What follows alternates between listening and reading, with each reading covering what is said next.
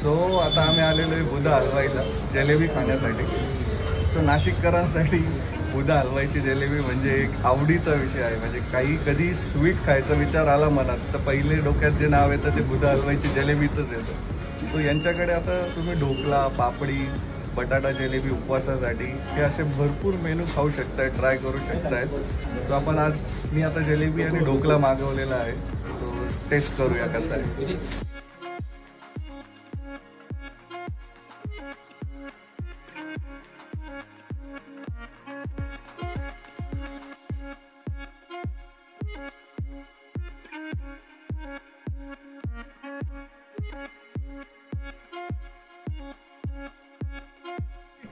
अबे जल्दी बोल, कल सुबह पनवेल निकलना है.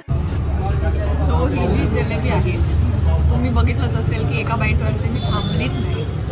तीच यांची स्पेशालिटी आहे. It is not too sweet, जास्त गोड पण नाही आहे, पण ती जी गरम आहे आणि कुरकुरीत आहे त्याच्यामुळे जी मजा येते त्याच्यासाठी काहीच दुसरं कंपॅरिझन नाही आहे.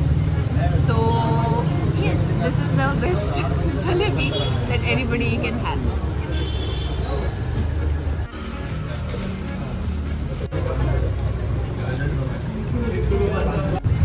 वैष्णवी, मला असं वाटतं की आज कुठलं तरी फेस्टिवल आहे माहिती.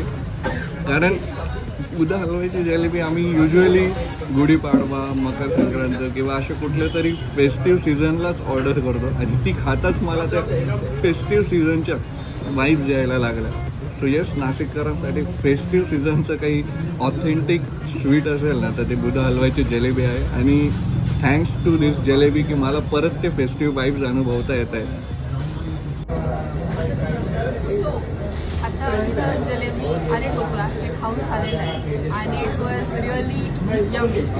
The best breakfast we have had so far. आत्तापर्यंतचा बेस्ट ब्रेकफास्ट आमचा झालेला आहे.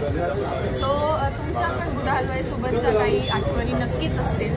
सो त्या आठवणी तुम्ही नक्कीच कमेंट बॉक्समध्ये शेअर करा. तोपर्यंत आम्ही आमच्या पुढच्या स्पॉटला जातो. So till then stay tuned.